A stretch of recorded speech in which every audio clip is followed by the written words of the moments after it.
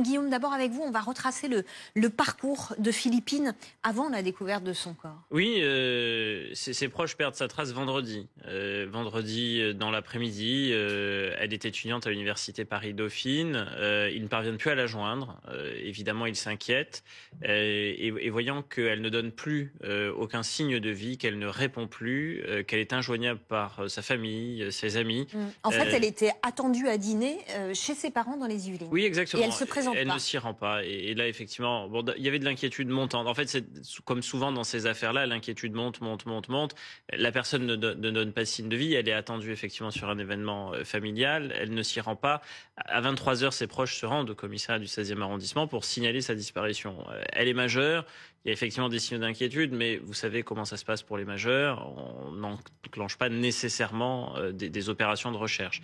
Et puis, ses proches décident, eux, de mener ces recherches en activant notamment la géolocalisation de son téléphone. Elle a son téléphone portable avec elle, en tout cas au moment de sa disparition. Ils décident de la géolocaliser et ça les oriente progressivement vers le bois de Boulogne où ils décident de réaliser une battue et le corps va être retrouvé à ce moment-là. D'abord le téléphone portable, puis le corps dans cet ordre. Oui, et c'est vrai qu'on ne sait pas tout encore sur ce point-là. Non, et puis c'est très délicat parce que on peut dire mais comment se fait-il au fond que les enquêteurs au commissariat de police du 16e arrondissement n'entament pas immédiatement des recherches. Oui, quand on connaît la fin de l'histoire et qu'on refait le film à l'envers, on se dit mais au fond ça aurait dû être fait. Mais vous avez énormément de personnes qui se présentent dans les commissariats de police, dans les brigades de gendarmerie pour dire un tel a disparu, un tel a disparu.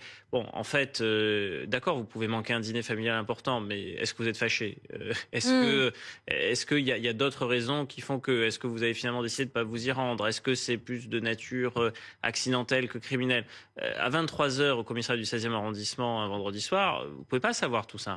Ça ne veut pas dire que vous prenez pas les gens au sérieux, mais ça veut dire que vous devez garder un certain recul, une certaine distance par rapport à ce qui vous est relaté. Et évidemment, c'est très frustrant pour la famille. D'où le fait qu'elle se substitue aux enquêteurs, oui. Et c'est elle qui va permettre de retrouver le corps. Voilà.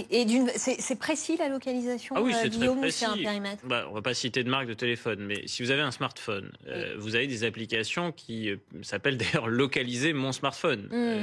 Et donc, il suffit, comme le disait Marc Rolland à l'instant, que vous ayez des mots de passe ou des droits sur cette application et vous retrouvez un téléphone au mètre près. D'ailleurs, quand vous le perdez chez vous, parfois vous le faites sonner à distance. Vous pouvez vous connecter sur un autre objet, votre ordinateur portable, votre tablette, faire sonner votre téléphone. C'est exactement la même chose. C'est-à-dire que tant que le téléphone borne, aimé et géolocalisé, vous pouvez vous en servir. Mais il faut le faire très vite. Parce que le téléphone peut s'altérer, la batterie peut se décharger, et c'est exactement ce qu'ils ont fait au cas d'espèce. Ils avaient sans doute le mot de passe ou un moyen d'accéder à une application quelconque de géolocalisation du téléphone.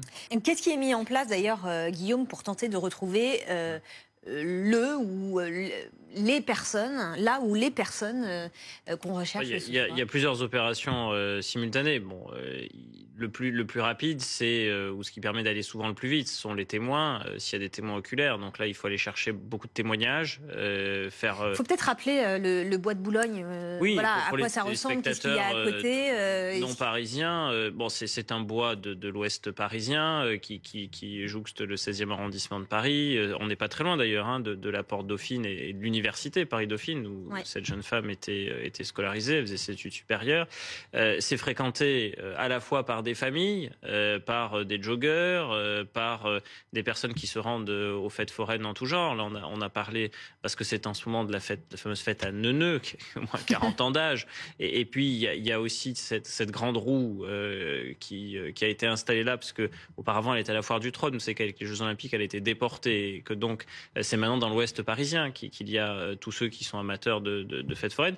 Et puis, il y a des activités qui sont des activités moins reluisantes, des activités de prostitution, et parfois il y a aussi de la criminalité dans ce bois. Ouais. Ça reste avec finalement un visage différent de jour et de nuit, c'est-à-dire qu'on peut avoir des personnes très des familles dans la journée, en journée, oui. Voilà, et la nuit c'est un petit peu différent. Et vous savez, les prostituées du bois de Boulogne restent visibles aussi en journée, et il y a des clients des prostituées qui s'arrêtent en journée, parfois à proximité des familles. famille. Enfin, ça reste assez particulier. Et même dans l'histoire criminelle française, il est arrivé dans de multiples affaires qu'on essaye de dissimuler des corps dans le bois de Boulogne, que l'on tue dans le bois de Boulogne. Je vous citais l'affaire très célèbre du japonais cannibale Issei Sagawa, qui, après avoir en partie mangé sa victime, avait récupéré des morceaux de corps, l'a mis dans des valises et puis avait essayé de s'en débarrasser dans le bois de Boulogne. C'est souvent dans le bois de Boulogne que beaucoup d'affaires criminelles parisiennes... Et d'ailleurs, on n'est pas sûr non plus que la personne soit décédée dans le bois. Non, on n'a absolument pas cette information-là. Après, vu que le corps a été retrouvé assez proche dans le temps de la disparition, il y a peu de temps qui s'est écoulé. Ça veut dire qu'en termes de médecine légale, on va pouvoir faire beaucoup d'examens, que l'appréciation de l'heure de la mort sera aussi plus précise que si on avait retrouvé le corps plusieurs mois après ou plusieurs semaines après. Et on va aussi progresser sur les mobiles, parce que quand vous avez un corps qui est peu altéré parce que vous le retrouvez vite, vous pouvez aussi faire des examens cliniques en médecine légale pour voir s'il y a eu des sévices sexuels ou pas, ce qui peut aussi éclairer sur un mobile. Donc il y a tout ce volet-là en médecine légale, il y a la police technique et scientifique, Marc Rolland l'avait bien rappelé, et puis il y a l'exploitation des témoignages. Qui a vu quoi? Il y a beaucoup de passants dans le bois de Boulogne, beaucoup de passants. Alors même la nuit, il y a beaucoup de passages, donc après on peut avoir des personnes qui ont vu quelque chose et qui le porteraient à la connaissance des enquêteurs.